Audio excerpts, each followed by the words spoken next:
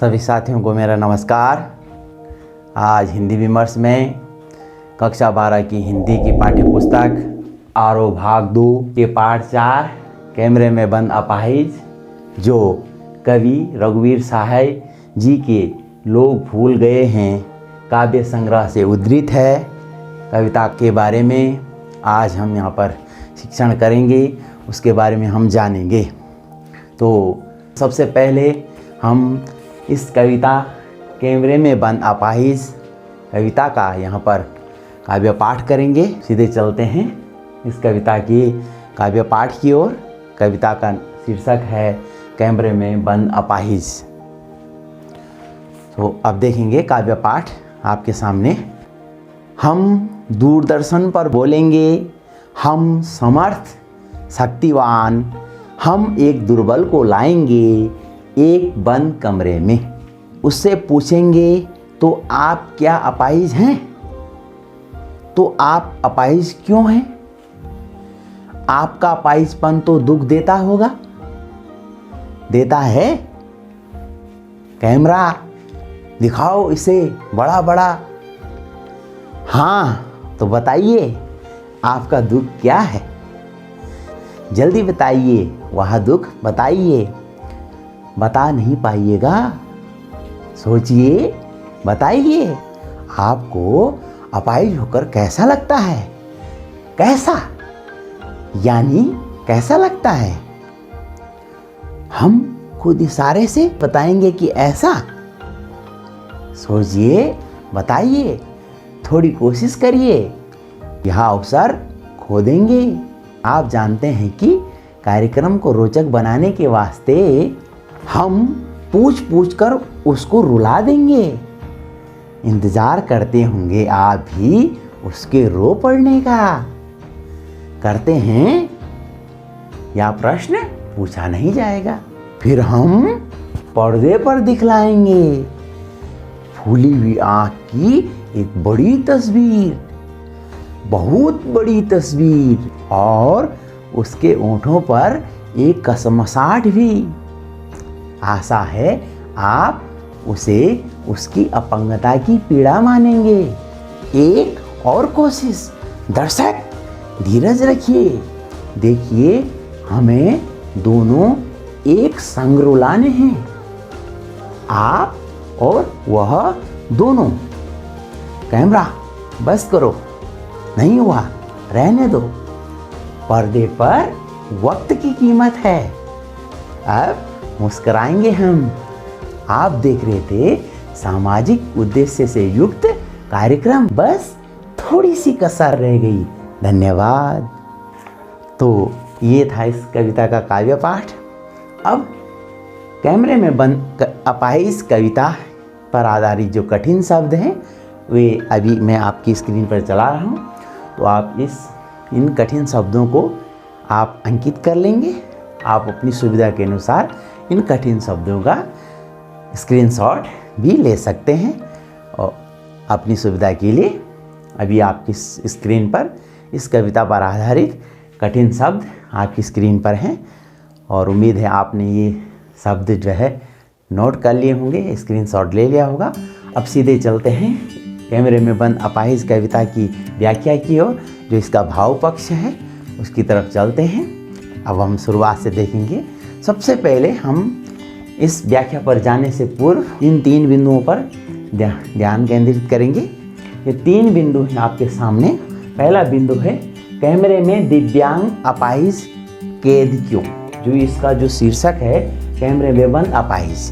तो पहले बिंदु हमने इस बिंदु पर ध्यान रखना है कि कैमरे में दिव्यांग जो अपाहिज है वह कैद क्यों है, पहली बात। दूसरा, इस जो कविता का जो मर्म है वह है इलेक्ट्रॉनिक मीडिया की जो संवेदनहीनता है, उस पर कवि रघुवीर सहाय जी ने कटाक्ष किया है। ये ध्यान हमने इसमें रखना है कि जो इलेक्ट्रॉनिक मीडिया है उसकी जो संवेदनहीनता है, इलेक्ट्रॉनिक मीडिया की जो संवेदनहीनता है और जो उसकी कारोबारी मानसिकता है, उसके मुनाफा कमाने की जो मानसिकता है, उस पर हम ध्यान केंद्रित करेंगे। और जो तीसरा बिंदु जो मुनाफे से संबंधित है, जो उसकी कारोबारी मानसिकता से संबंधित है, जो उस इलेक्ट्रॉनिक मीडिया को संवेदनहीन बनाता है, वह है टीआरपी। तो टीआरपी हम यहाँ पर जानेंगे। टीआरपी की जो फुल फॉर्म होती है, जो उसका पूर्ण विस्तार होता है, जिसका विन्यास होता है टीआरपी का, वह है टेलीविज़न रेटिंग पॉइंट। तो टेलीविज़न रेटिंग पॉइंट के बारे में हम सब जान लेंगे यहाँ पर कि टेलीविज़न रेटिंग पॉइंट क्या है। टेलीविज़न रेटिंग पॉइंट का मतलब होता है कि किसी टेलीविज़न या किसी शो या किसी धारावाहिक या किसी चैनल को एक तय समय पर औसतन कितने लोग देख रहे हैं। अगर हम कोई तय समय तय कर लेंगे, माना हम 1 मिनट, 5 मिनट, आधा घंटा, 1 घंटा, कोई मानक समय हम तय कर लेंगे, तो उस तय समय पर उस कार्यक्रम को, उस शो को, उस चैनल को देखने वाले दर्शकों की औसतन संख्या की गणना टीआरपी के द्वारा की जाती है। उसको उस तय समय पर कितने दर्शक देख रहे हैं, उसकी उन दर्शकों की औसतन संख्या की गणना, कि औसत उस टेलीविज़न को, उस अमुक चैनल को, उस अमुक कार्यक्रम को कितने लोग देख रहे हैं, वो तय समय पर उसकी गणना इस टीआरपी से की जाती है। और इसी टीआरपी के माध्यम से उस चैनल की लोकप्रियता और उस चैनल को विज्ञापन कंपनियों के द्वारा विज्ञापन दिए जाते हैं। बड़ी बड़ी कंपनियों के द्वारा उस टेलीविज़न को या उस चैनल को इसी टीआरपी के आधार पर चैनल को क्या मिलते हैं, इस टीआरपी के आधार पर चैनल को विज्ञापन मिलते हैं।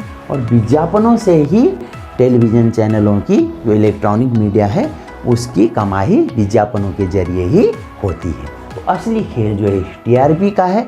और उस टीआरपी वाली मानसिकता, जो टीआरपी को लेकर के जो कारोबारी मानसिकता जो इलेक्ट्रॉनिक मीडिया की हो जाती है, जो उसकी संवेदनहीनता हो जाती है, उस टीआरपी वाली मानसिकता, जो टीआरपी के लिए अंधी दौड़ दौड़े जा रहे हैं। आजकल जो चैनलों में इलेक्ट्रॉनिक मीडिया में जो गला काट प्रतियोगिता चल रही है, ये टीआरपी का ही जो खेल है। आपने इससे पूर्व जो है समाचार चैनलों में भी टीआरपी स्कैम के बारे में सुना होगा कि टीआरपी स्कैम हुआ है, और इस कुछ समय पूर्व यह बात चर्चा में रही है। तो वही टीआरपी, इस टीआरपी का ही खेल है। इस टीआरपी के आधार पर ही टेलीविज़न को विज्ञापन मिलते हैं, और विज्ञापनों से ही टेलीविज़न जो चैनल है उसकी कमाई होती है। टेलीविज़न चैनल की कमाई किससे होती है, इस टीआरपी के आधार पर। तो टीआरपी को बढ़ाने के लिए इलेक्ट्रॉनिक मीडिया में गला काट प्रतियोगिता चल रही है, और उसी प्रतियोगिता के चलते यह इलेक्ट्रॉनिक मीडिया संवेदनहीन होता जा रहा है, और उसकी व्यावसायिक मानसिकता प्रबलता की ओर है। तो अब सीधा चलते हैं कविता की व्याख्या की ओर। यहाँ पर जिसका पहला पद्यांश है, इसमें देखेंगे हम कि इलेक्ट्रॉनिक मीडिया जो हमारा जो मीडिया का एक भाग है, और ये है श्रव्य दृश्य संचार माध्यम, जिसको इलेक्ट्रॉनिक कहते हैं। और जो दृश्य संचार माध्यम होता है वह प्रिंट मीडिया होता है। दृश्य संचार माध्यम प्रिंट मीडिया, जिसमें समाचार पत्र पत्रिकाएं आती हैं। दूसरा जो मीडिया होता है वह होता है श्रव्य संचार माध्यम, जिसमें रेडियो, ट्रांजिस्टर वगैरह आते हैं, जिनको हम केवल सुन सकते हैं, उसको श्रव्य संचार माध्यम में आता है। और जो ये इलेक्ट्रॉनिक मीडिया है वह श्रव्य दृश्य संचार माध्यम में आता है। तो ये जो श्रव्य दृश्य संचार माध्यम है, यह इलेक्ट्रॉनिक मीडिया है, और इसी इलेक्ट्रॉनिक मीडिया पर इस कविता के माध्यम से कटाक्ष किया गया है। इलेक्ट्रॉनिक मीडिया वर्तमान में बहुत प्रबलता पर है, बहुत लोकप्रिय है।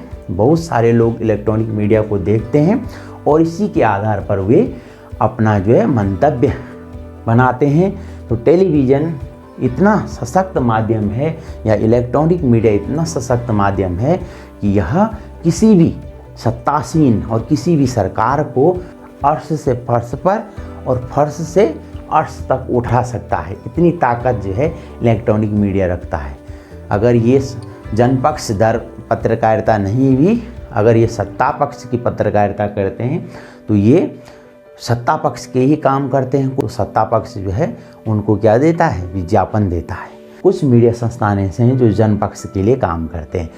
तो ये इलेक्ट्रॉनिक मीडिया है। तो इलेक्ट्रॉनिक मीडिया की ताकत पहले पद्यांश में यहाँ पर इन 4 लाइनों में इलेक्ट्रॉनिक मीडिया की ताकत बताई गई है। इलेक्ट्रॉनिक मीडिया वाले बोल रहे हैं हम दूरदर्शन पर बोलेंगे। यहाँ पर उनका जो अहंकार है और जो उनकी जो है अपनी ताकत शक्ति प्रदर्शन का भाव जो है यहाँ पर स्पष्ट झलक रहा है कि वे इतने ताकतवर हैं कि किसी को भी अर्श से फर्श पर और फर्श से अर्श तक उठा सकते हैं। हम दूरदर्शन पर बोलेंगे। एक गर्व के साथ जो है इलेक्ट्रॉनिक मीडिया वाले बोल रहे हैं कि हम दूरदर्शन पर बोलेंगे। हम समर्थ, हम शक्तिवान। हम क्या हैं? समर्थ हैं। और हम क्या हैं? शक्तिवान हैं। हम शक्तिवान हैं, ताकतवर हैं, किसी को भी आसमान से ज़मीन पर, ज़मीन से जो है आसमान पर उठा सकते हैं और आसमान से ज़मीन पर पटक सकते हैं। तो ये जो है इलेक्ट्रॉनिक मीडिया की ताकत है। किसी की भी छवि को वह रातों रात चमका भी सकता है और किसी की छवि को रातों रात धूमिल भी कर सकता है। ये ताकत जो है इलेक्ट्रॉनिक मीडिया में। इसलिए वे कह रहे हैं हम समर्थ, हम शक्तिवान, हम एक दुर्बल को लाएं। यहीं पर जो है पॉइंट पकड़ने वाली बात है। ये टीआरपी का खेल यहीं से शुरू हो जाता है। वो कह रहे हैं हम एक दुर्बल को लाएंगे। और दुर्बल को क्यों लाएंगे और कहाँ लाएंगे? ये देखिए, हम एक दुर्बल को लाएंगे एक बंद कमरे में। बंद कमरे स्टूडियो होता है। प्रत्येक इलेक्ट्रॉनिक मीडिया का अपना एक स्टूडियो होता है। उस स्टूडियो के बंद कमरे के भीतर साक्षात्कार करने के लिए एक दुर्बल को लाएंगे। दुर्बल जो अपाहिज है, उसका अपाहिजपन हम उस साक्षात्कार के माध्यम से उसका अपाहिजपन दिखाएंगे ताकि हमारे दर्शकों में ऐसी छवि बने कि यह अमुक चैनल या अमुक मीडिया संस्थान या अमुक मीडिया घराना या अमुक इलेक्ट्रॉनिक मीडिया वाले कितने सामाजिक सरोकारों से युक्त हैं। ऐसी छवि हमारे बनी जनता में। हम एक दुर्बल को लाएंगे लोगों को ये दिखाने के लिए कि हम देखिए हम कितना अपाहिज के बारे में कितना सोचते हैं, कितना हम उसके बारे में चिंतन करते हैं। इसलिए वे अपाहिज को लाते हैं ताकि जो है भावुकता का मुद्दा बने और उनके चैनल को अधिक से अधिक लोग देखें। इससे उनकी टीआरपी बढ़ेगी और टीआरपी से विज्ञापन आएंगे, विज्ञापन से कमाई होगी। तो अपाहिज को ला रहे हैं। अपाहिज ऐसा दुर्बल आदमी जिसको देख करके सभी लोग भावुक हो जाएं। उसकी भावुकता के साथ खिलवाड़ करने के लिए यहाँ पर इलेक्ट्रॉनिक मीडिया का कोई सामाजिक सरोकार जो दिखाने के लिए है। यहाँ बाहरी रूप से वो दिखाना चाहते हैं कि हम सामाजिक सरोकारों से युक्त कार्यक्रम करना चाहते हैं, लेकिन जो उनका असली मकसद है वह उस अपाहिज के अपाहिजपन को बेचने का है ताकि जनता का भावुक संबंध उस चैनल से बन जाए। और भावुकता का संबंध जब चैनल से बन जाएगा तो अधिक से अधिक लोग उसको देखेंगे, अधिक से अधिक लोग उसको शेयर करेंगे। चाहे वो सोशल मीडिया पर हो तो उसकी शेयरिंग बढ़ेगी और उसके व्यूअर्स बढ़ेंगे, उसको देखने वाले लोगों की तादाद बढ़ेगी। जितने लोग उसको देखेंगे उससे क्या होगा, उसे विज्ञापन मिलेंगे और उस विज्ञापन से उस इलेक्ट्रॉनिक मीडिया की कमाई होगी। इसलिए वो कह रहे हैं हम एक दुर्बल को लाएंगे बंद कमरे में, स्टूडियो के भीतर साक्षात्कार करने के लिए। अगला जो पद्यांश है अब देखेंगे। अब उस कमरे में उसको लाएंगे, अपाहिज को बिठाया गया है। देखेंगे ये कैमरे में ये व्हील चेयर है और इस व्हील चेयर में क्या बैठा हुआ है, ये दिव्यांग बैठा हुआ है और यहाँ पर ये साक्षात्कार करने वाला है जो एंकर कहलाता है। साक्षात्कार करने वाला क्या कहलाता है? एंकर। एंकरिंग करता है, यानी जो कार्यक्रम का संचालन करता है उसको एंकर बोलते हैं। तो ये एंकर क्या कर रहा है, उसके मुँह पर माइक ले जा रहा है। अपाहिज के मुँह पर क्या ले जा रहा है? माइक। तो उससे प्रश्न कर रहा है। तो ये एंकर है और जो जिसका साक्षात्कार किया जा रहा है वह एक दिव्यांग है। ये दिव्यांग का साक्षात्कार हो रहा है यहाँ पर। तो हम उसे पूछेंगे। अब देखिए, तो ऐसे प्रश्न एंकर बार बार जानबूझ करके दिव्यांग से ऐसे प्रश्न करता है ताकि वह भावुक हो जाए। अब देखिए कैसे संवेदनहीन, यहाँ पर जो अगला पद्यांश है उसमें जो है इलेक्ट्रॉनिक मीडिया की संवेदनहीनता का पता चलता है। किस तरह से वे उस दिव्यांग से संवेदनहीन प्रश्न बार बार पूछते हैं और उसके अपाहिजपन को उसको याद दिला करके उसे रुला देना चाहते हैं। देखिए, उससे पूछेंगे तो क्या आप अपाहिज हैं? देखिए साफ दिख रहा है, साफ झलक रहा है कि हमने अपाहिज व्यक्ति को, दिव्यांग व्यक्ति को साक्षात्कार करने के लिए दिव्यांग व्यक्ति को बुलाया है लेकिन फिर भी उससे पूछ रहे हैं। हम उससे पूछेंगे तो क्या आप अपाहिज हैं, यानी जैसे उनकी आंख फूट रखी होगी, वो देख नहीं रहे होंगे कि वो व्यक्ति क्या है, अपाहिज है। जानबूझकर उससे पूछ रहे हैं कि तो क्या आप अपाहिज हैं, तो आप अपाहिज क्यों हैं। दूसरा प्रश्न देखिए कितना जो है मूर्खतापूर्ण वाला प्रश्न कर रहे हैं वे, जानबूझ करके कैसा प्रश्न कर रहे हैं, कैसा संवेदनहीन प्रश्न कर रहे हैं। तो आप अपाहिज क्यों हैं, जैसे वह जानबूझ करके अपाहिज बना होगा, जैसे वह उस अपाहिजपन का दोषी वही अपाहिज व्यक्ति हो। ऐसे प्रश्न वो जानबूझकर यहाँ पर पूछ रहे हैं। तो आपका अपाहिजपन दुख देता होगा। जाहिर सी बात है, जो व्यक्ति अपाहिज है वह कोई खुशी से तो अपाहिज नहीं हुआ होगा। जानबूझ के उससे वो प्रश्न किया जा रहा है, आपका अपाहिजपन दुख देता होगा, देता है, आपका अपाहिजपन दुख देता है। जानबूझ के उससे ये प्रश्न पूछा जा रहा है ताकि वह भावुक हो जाए। तो सामान्य सी बात है, जो व्यक्ति अपाहिज है वो उसको तो दुख होता ही होगा, लेकिन जानबूझ से उसे वो प्रश्न पूछा जा रहा है, तो आप अपाहिज क्यों हैं, आपका अपाहिजपन दुख देता होगा, देता है। ऐसे प्रश्न उससे पूछे जा रहे हैं जिसे वह उस अपाहिजपन के लिए वही व्यक्ति दोषी हो। अब आगे देखेंगे हम कैमरा। अब वो ये जो ब्रैकेट में आप देख रहे हैं, जो कोष्टक, जब मैं विराम चिन्ह वाला प्रकरण बता रहा था आपसे, इससे पूर्व जो हमने विराम चिन्ह का प्रकरण बताया था उसमें मैंने कोष्टक चिन्ह के प्रयोग के बारे में बताया था। जो छोटा कोष्टक है उसका प्रयोग यहाँ पर किया गया है, ब्रैकेट अंग्रेजी में बोलते हैं। तो जो छोटा कोष्टक है उसका प्रयोग किया गया है। तो जो कोष्टक में जो बात दी गई है वह बात वह स्वगत होगी, वो भी मन में कहेगा, इशारों से जो है वो कैमरामैन के लिए इशारे करेगा। वह ये बात मुखरित होकर के नहीं बोलेगा, बाहर नहीं बोलेगा, स्वगत बोलेगा, मन ही मन में बोल रहा है वो। और कैमरे वाले को पहले ही इशारा कर देते हैं वे कि जो चीज़ उन्होंने बड़ी दिखानी हो तो उसको क्या करेंगे, जूम करके दिखाएंगे।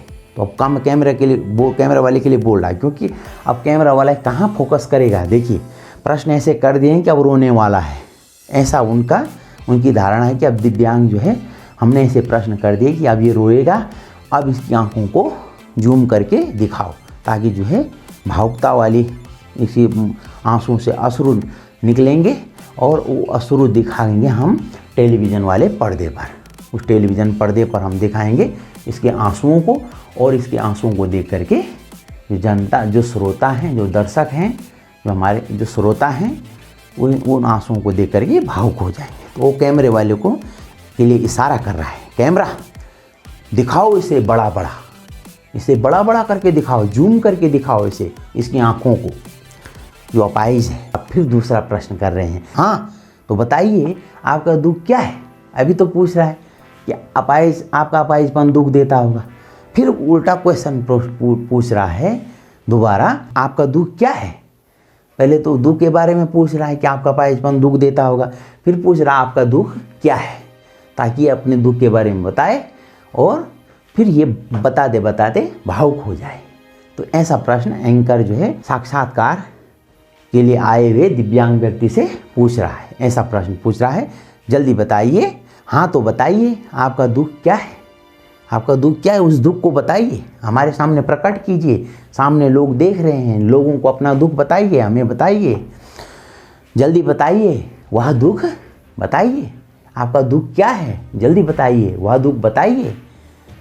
अच्छा बता नहीं पाइएगा, अच्छा नहीं बता पा रहे हैं, कोई बात नहीं, नहीं बोल पा रहे हैं, मतलब उसको रुलाने, ऐसे भावुकता वाले प्रश्न कर रहे हैं, जानबूझ करके ऐसे उल्टे प्रश्न कर रहे हैं ताकि व्यक्ति जो है वो दिव्यांग व्यक्ति भावुक हो जाए।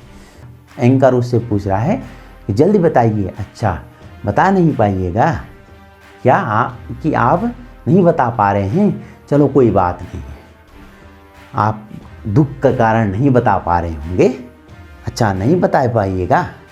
अब जो तीसरा पद्यांश है वो देखिए, फिर वह एक मौका और देता है दिव्यांग से, क्योंकि दिव्यांग कुछ नहीं बोल रहा है, वो चुपचाप है, वो समझ रहा है कि एंकर जो है मुझसे ये प्रश्न क्यों कर रहा है। वो दिव्यांग चुपचाप है, सुन रहा है एंकर की बात और बिल्कुल कोई उत्तर नहीं दे रहा है। तो एंकर जो है फिर उसको, दिव्यांग को सोचने का मौका देता है। फिर वह एंकर पूछ रहा है, सोचिए बताइए, सोच करके बताइए आपको अपाहिज होकर कैसा लगता है। अब देखिए जैसे उसे बहुत बड़ी खुशी हो रही हो, ऐसा प्रश्न जो है एंकर उस दिव्यांग से कर रहा है, जैसे उसे बहुत खुशी हो रही हो अपाहिज होकर के।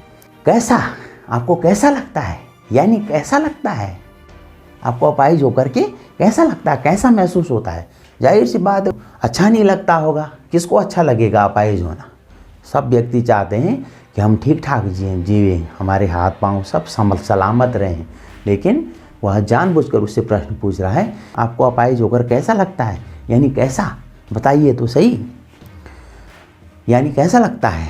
अब मन ही मन में वो सोच रहा है कि हम खुद इशारे से बताएंगे कि क्या ऐसा लगता है आपको, इस तरह से महसूस होता है, हम बताएं आपको कि आपको कैसा लगता है। ये बात ब्रैकेट में लिखी हुई है, कोष्टक में लिखी हुई है।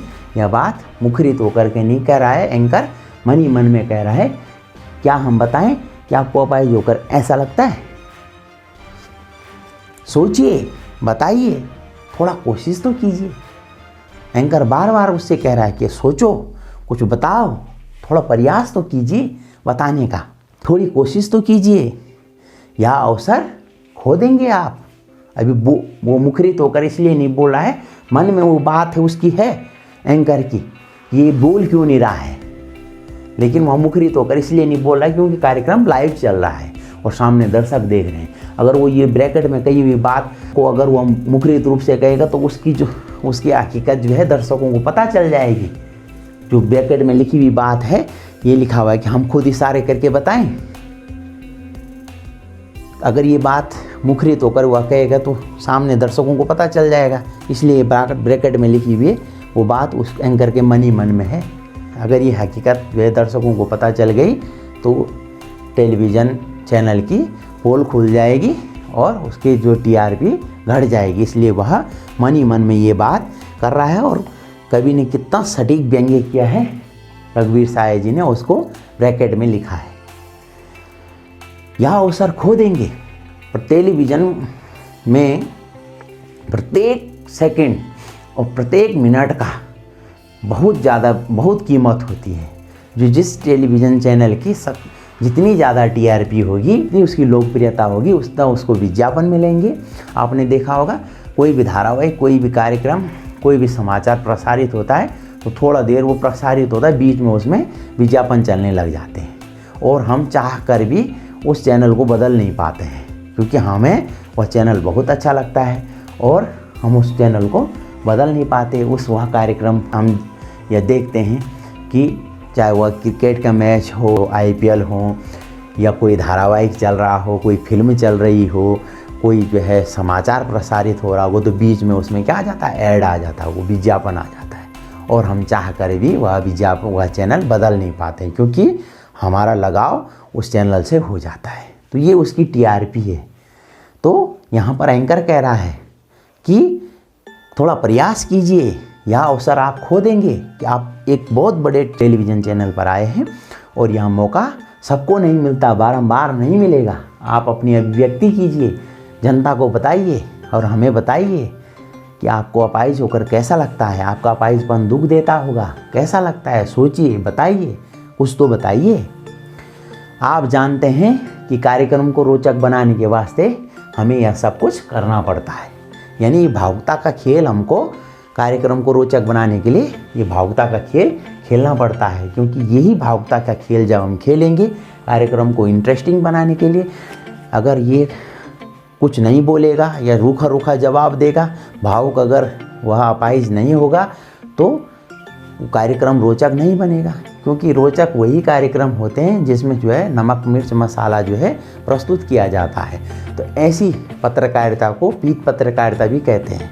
आपके पत्रकारिता एवं जनसंचार वाले भाग में जो उसमें प्रश्न आते हैं पत्रकारिता एवं जनसंचार, उसमें भी ये चीज़ है, टीआरपी क्या है, श्रव्य संचार माध्यम क्या है, दृश्य संचार माध्यम क्या है, इलेक्ट्रॉनिक मीडिया क्या है, उसमें ये सारी चीज़ें हैं। कार्यक्रम को रोचक बनाने के लिए, कार्यक्रमों को रोचक बनाने के लिए हमें यह सब करना पड़ता है, ये भावुकता वाला खेल खेलना पड़ता है। और सनसनीखेज खबरों को जो प्रस्तुत किया जाता है, ऐसी पत्रकारिता को पीत पत्रकारिता कहते हैं। तो ये जो कविता है यह पीत पत्रकारिता का ही एक उदाहरण और पीत पत्रकारिता पर जो है यह कविता सटीक व्यंग्य करती है, जो सनसनीखेज खबरों को और हलचल सनसनी फैलाने वाली खबरों, ऐसी कार्यक्रमों को जो प्रसारित करते हैं ऐसे चैनल, ऐसी पत्रकारिता को पीत पत्रकारिता कहते हैं। तो यहाँ पर ये पीत पत्रकारिता का ही एक उदाहरण है। यहाँ पर जो है कार्यक्रम को रोचक बनाने के वास्ते उस दिव्यांग की भावनाओं के साथ खिलवाड़ किया जा रहा है, उस दिव्यांग की भावनाओं के साथ खिलवाड़ किया जा रहा है, उसे भावुक करके जो है उसको रुलाने का प्रयास किया जा रहा है, ताकि कार्यक्रम क्या बने, रोचक बने, दर्शक उसे और गंभीरता के साथ देखें और अधिक से अधिक दर्शक उसे देखें। आप जानते ही हैं कि कार्यक्रम को रोचक बनाने के वास्ते हमें यह सब कुछ करना पड़ता है। अब आगे देखेंगे हम पूछ कर उसे रुला देंगे। हम उसे इतने प्रश्न पूछेंगे कि आपके दिव्यांग क्यों हैं, आपको दिव्यांग और कैसा लगता है, यानी कैसा, हम बताएं, एक्टिंग करके बताएं कि ऐसा लगता है, कि ऐसा लगता है। तो हम उसे पूछ करके रुला देंगे। इतना पूछेंगे, ऐसे सवाल दागेंगे कि वह भावुक हो जाएगा और भावुकता में वह रोने लग जाएगा। इंतजार करते होंगे आप भी उसके रो पड़ने का। ये एंकर जो है किससे अपेक्षा कर रहा है, दर्शकों से। वो दर्शक भी इंतजार कर रहे हैं कि अभी रोता है तभी रोता है। दर्शक भी इंतजार में रहते हैं कि अब ये रोने ही वाला है। इतना उसको रुचिपूर्ण ढंग से देखते हैं कि अभी रोता है तभी रोता है। आप भी जो है दिव्यांग के रो पड़ने का इंतजार कर रहे होंगे, इसलिए हम उसे ऐसे प्रश्न करेंगे, पूछ करके उसको रुला देंगे। इंतजार कर रहे होंगे आप भी उसके रो पड़ने का। करते हैं, कर रहे हो आप भी इंतजार उसके रो पड़ने का। यह प्रश्न पूछा नहीं जाएगा, ब्रैकेट में है। क्यों नहीं पूछा जाएगा? अगर ये पूछेगा वो दर्शकों से कि आप भी रोने का इंतजार कर रहे हैं, ऐसा प्रश्न पूछेगा कि आप भी रोने का इंतजार कर रहे हैं, तो लोग उसकी पोल खुल जाएगी, किसकी, एंकर की। अगर वो दर्शकों से ये प्रश्न करेगा मुखरित होकर के, नहीं, वो मन ही मन में सोच रहा है दर्शकों के प्रति कि आप भी जो है इंतजार कर रहे होंगे, इसलिए मैं इसको रुलाना चाह रहा हूँ। ये प्रश्न पूछा नहीं जाएगा। ये प्रश्न पूछेगा तो उसकी पोल खुल जाएगी, तो टीआरपी बढ़ने की जगह रसातल में पहुँच जाएगी, बढ़ने की जगह। इसका चौथा पद्यांश इसके बाद हम देखेंगे। फिर हम पर्दे पर दिखलाएंगे। जब वो रो जाएगा ना, रो जाएगा वो, फिर हम पर्दे पर दिखलाएंगे। पर्दे पर टेलीविज़न स्क्रीन होती है ना, और तो बहुत बड़ी बड़ी टेलीविज़न स्क्रीन आने लगी, प्लाज्मा टीवी हैं। फिर हम पर्दे पर दिखलाएंगे फूली हुई आँख की एक बड़ी तस्वीर। फूली हुई आँख की एक बड़ी तस्वीर। किसकी फूली हुई आँख? उस दिव्यांग की, क्योंकि वो रो रहा है। वो उसकी आँख जो है आंसुओं से फूल गई है। बहुत बड़ी तस्वीर, बड़ा करके दिखाएंगे उसको, जूम करके, ताकि दर्शकों को उसकी आँख ही आँख दिखे। और उसके ओंठों पर एक कसमसाहट भी, कसमसाहट का मतलब होता है बेचैनी। उसके ओंठों की बेचैनी को भी हम दिखाएंगे कि आँखों में, आँखें उसकी फूली फूली, रोने जैसा, और ओंठें से हो रहे उसके कसमसाहट, मतलब रोने ही वाला है वो। जैसे आदमी देखा होगा कभी, कोई रोने वाला होता है, बच्चा भी देखा होगा आपने, कोई रो रहा हो, रोने ही वाला हो, तो वो मुँह ऐसा पिचकाता है, तो उसके ओंठों की कसमसाहट कि रोने ही वाला है, उसकी बेचैनी, उसके ओंठ ऐसे हो रहे हैं, कसमसाहट, उसकी बेचैनी हो रही है, वो रोने ही वाला है। उसके ओंठों की कसमसाहट भी दिखाएंगे जूम करके। आशा है आप उसकी अपंगता की पीड़ा मानेंगे। मैं उम्मीद करता हूँ दर्शकों आपसे, आशा है आपसे कि आप उसे उसकी अपंगता की पीड़ा मानेंगे। मैं आपसे आशा करता हूँ दर्शकों कि आशा है आपसे कि आप उसे उसकी अपंगता की पीड़ा मानेंगे। आप वही मानेंगे कि ये उसकी अपंगता की पीड़ा है, वह अपनी अपंगता के कारण रो रहा है। जबकि वो क्यों रो सकता है? वो दर्शकों से उम्मीद कर रहे हैं कि आप, आशा है आप वही मानेंगे कि आप, आशा है आप उसे उसकी अपंगता की पीड़ा मानेंगे। ये एंकर कह रहा है, सोच रख रहा है दर्शकों के प्रति कि आशा है आप उसे उसकी अपंगता की पीड़ा मानेंगे। आप वही मानेंगे कि ये बेचारा जो है क्यों रो रहा है। ये इसलिए रो रहा है कि वह अपंग है और उसकी अपंगता के कारण वह रो रहा है। जबकि हकीकत क्या थी? हकीकत ये है कि वह एंकर उसे ऐसे प्रश्न जानबूझकर बार बार कर रहा है और उसकी भावनाओं के साथ खिलवाड़ करके उसे रुलाना चाह रहा है। लेकिन वो दिखाना ऐसा चाह रहा है कि ये अपने अपंगता के कारण रो रहा है, ऐसा दिखाना चाहता है वो। सामाजिक सरोकारों से युक्त कार्यक्रम लोगों को लगे, लेकिन जो हकीकत है वह उसे ऐसे प्रश्न का पूछ रहा है जानबूझ करके, ताकि वह अपाहिज जो है भावुक हो जाए। एक और कोशिश करते हैं, क्योंकि अभी तक जो है दिव्यांग रोया नहीं है। वो इतना समझदार है, वो समझ गया है एंकर की चाल। वह एक प्रयास और करना चाहता है। वो कह रहा है एक और कोशिश, बोल तो नहीं रहा है लेकिन मन में है उसके, एक और कोशिश। दर्शकों का धैर्य टूटता जा रहा है, क्योंकि जो है एंकर जो है उसे प्रश्न कर रहा है दिव्यांग से, लेकिन दिव्यांग रो नहीं रहा है, वो भावुक नहीं हो रहा है और दर्शकों का धैर्य टूटता जा रहा है, क्योंकि दर्शक सोच रहे हैं कि अभी रोता है तभी रोता है। जो एंकर है वह भी उसको रुलाना चाह रहा है, लेकिन दिव्यांग है कि उसके मुंह से कोई जुबान निकल ही नहीं रही है, कोई बात निकल ही नहीं रही है। वो चुपचाप है बैठा हुआ, उसकी एंकर की सवालों को का सामना जो है चुपचाप रह करके, मौन रह करके कर रहा है। अभी वह रोया नहीं है। तो दर्शक भी बेचैन हो गए हैं, धैर्य खो दे रहे हैं, यानी अब वो अपना रिमोट से चैनल भी बदल सकते हैं।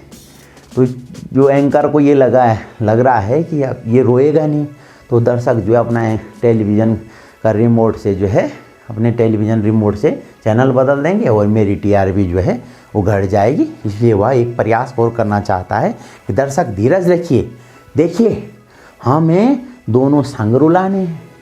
हमारा काम ये है, हमारा काम उद्देश्य तब पूरा होगा जब हम दिव्यांग को और आपको दोनों को साथ रुलाएंगे।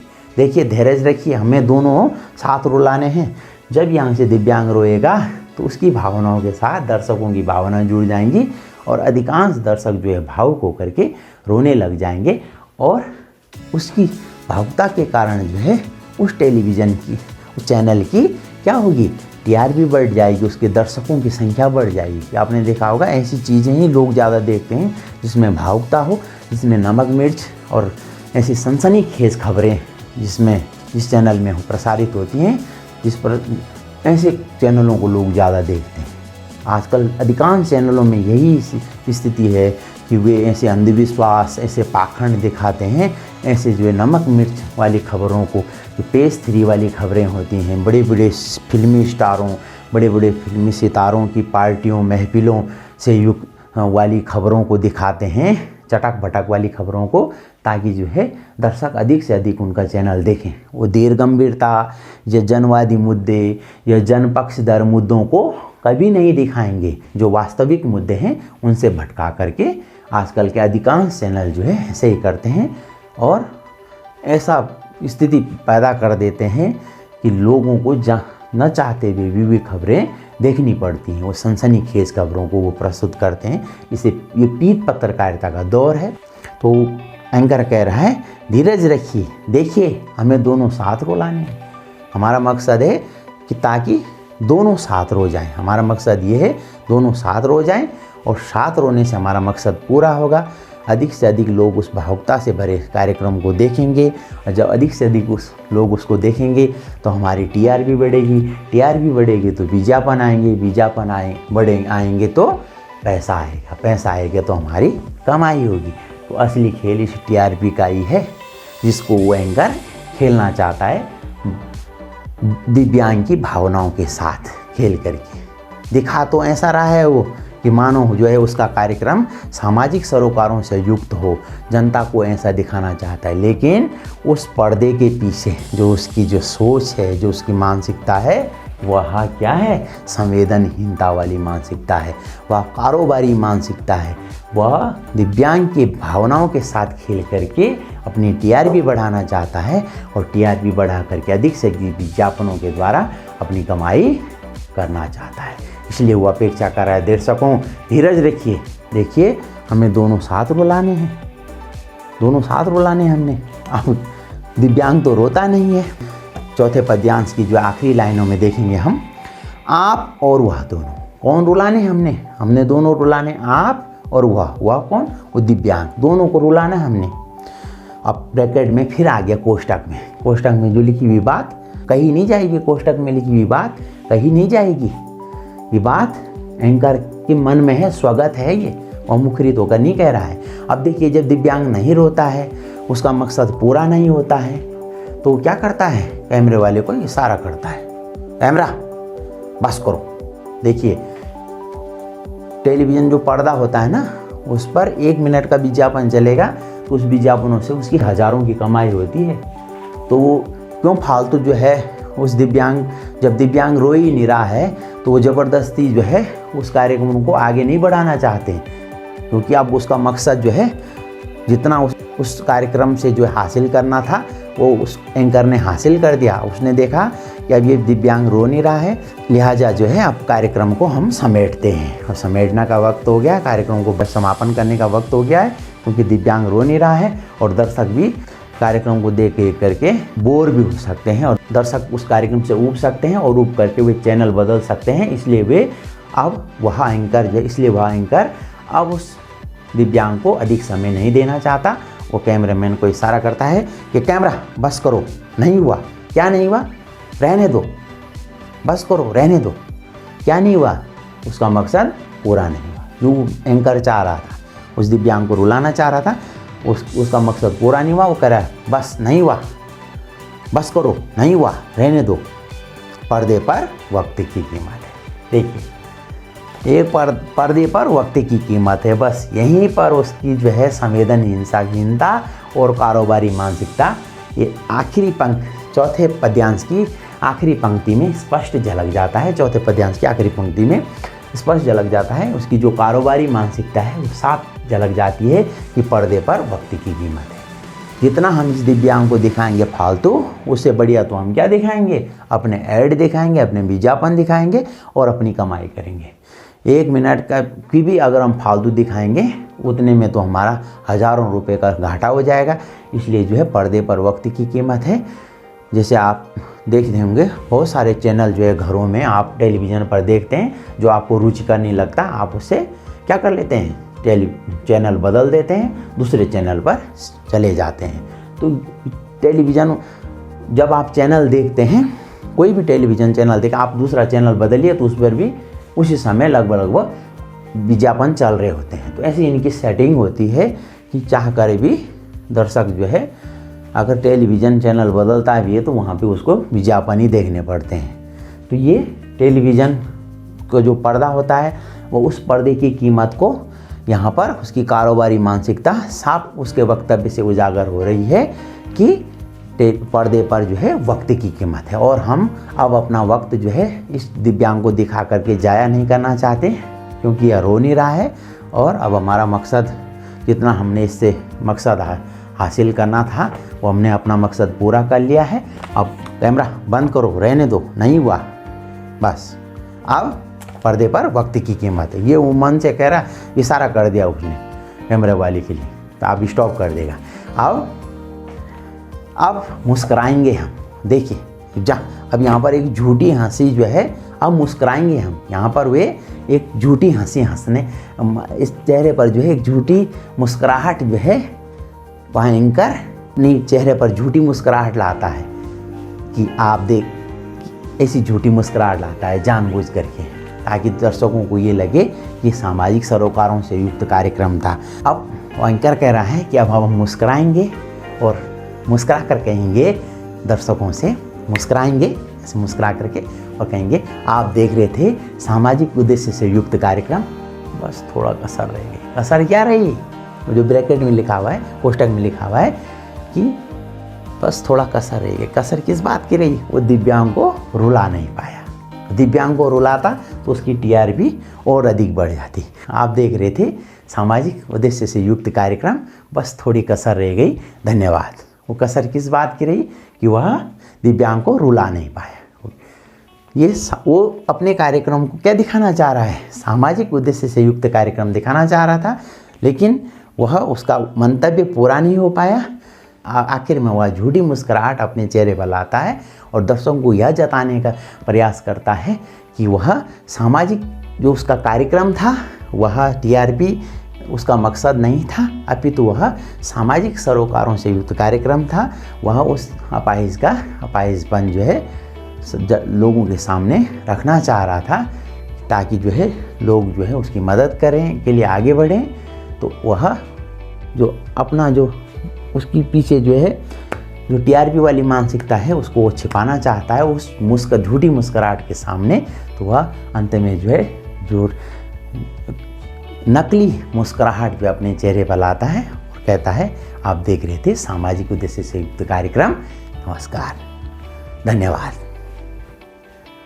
तो ये इसका जो है कला पक्ष, इसका जो भाव, इसका हमने इसकी व्याख्या देखी। जो इसका भाव पक्ष था इसमें हमने देखा कि जो है किस तरह से जो है इसमें देखा कि किस तरह से कवि रघुवीर साहब जी ने इलेक्ट्रॉनिक मीडिया की जो संवेदनहीनता वाली मानसिकता है, जो कारोबारी मानसिकता है, उस पर जो है कैमरे में बंद अपाहिज कविता के माध्यम से कटाक्ष किया है कि उसकी जो कारोबारी मानसिकता है जिसके कारण वह संवेदनहीन हो गया है। आज का जो इलेक्ट्रॉनिक मीडिया है वह टीआरपी के चक्कर में संवेदनहीन होता जा रहा है और जो हित पत्रकारिता की प्रबलता होती जा रही है, जो सनसनीखेज खबरों को प्रस्तुत करने का जो चलन है, जो धरातली जो वास्तविक खबरों से दूर हट करके जो जनपक्षीय मुद्दों को छोड़ करके ऐसे चटकीले और तड़क भड़क वाली न्यूज़ और ऐसे तड़क भड़क वाले कार्यक्रम प्रस्तुत किए जाते हैं ताकि जो टेलीविज़न चैनलों की टीआरपी बढ़े और टीआरपी से उनका कारोबार बढ़े और उनका जो है सामाजिक सरोकारों से कोई दूर तक कोई लेना देना नहीं होता, कोई सरोकार नहीं होता, सामाजिक सरोकारों से उनका कोई मतलब नहीं होता। उनका जो है एकमात्र उद्देश्य अपनी टीआरपी बढ़ाना होता है और टीआरपी के माध्यम से वे अपनी कमाई बढ़ाते हैं। तो इस कविता में जो है इलेक्ट्रॉनिक मीडिया की कारोबारी मानसिकता पर कटाक्ष किया गया है। तो इसका ये भाव पक्ष था और जो इसकी व्याख्या थी। और कला पक्ष में ये पूरी कविता, इसमें करुणा का भाव तो होता है, करुण रस की विद्यमानता है, लेकिन ये कविता छंद मुक्त है और अलंकार रहित है। यानी अलंकार इस कविता में नहीं है, छंद रहित, छंद मुक्त है ये कविता और अलंकार मुक्त है। इसका जो इसमें रस करुण रस है और करुणा का भाव इसमें ज़रूर होता है, लेकिन ये कविता कैसी है? छंद मुक्त, अलंकार मुक्त है। तो ये कविता कैमरे में बंद कविता आप लोगों को कैसी लगी वो आप लोग कमेंट बॉक्स में लिख करके अवश्य बताएं। इससे संबंधित जितने भी आपके पास प्रति प्रश्न हो आप हमें अवश्य बताएं। कोई शंका आपकी हो या कोई आप सुझाव हमें देना चाहते हैं या कोई अपनी बात रखना चाहते हैं वो कमेंट बॉक्स में आप लिख करके हमको अवश्य बताएं। और कक्षा 12 के जो वर्तमान में अध्ययनरत छात्र छात्रा हैं उन विद्यार्थियों तक, कक्षा 12 के विद्यार्थियों तक और अधिक से अधिक लोगों तक जो है ये वीडियो साझा कीजिएगा। आप सभी का बहुत बहुत धन्यवाद। जय हिंद।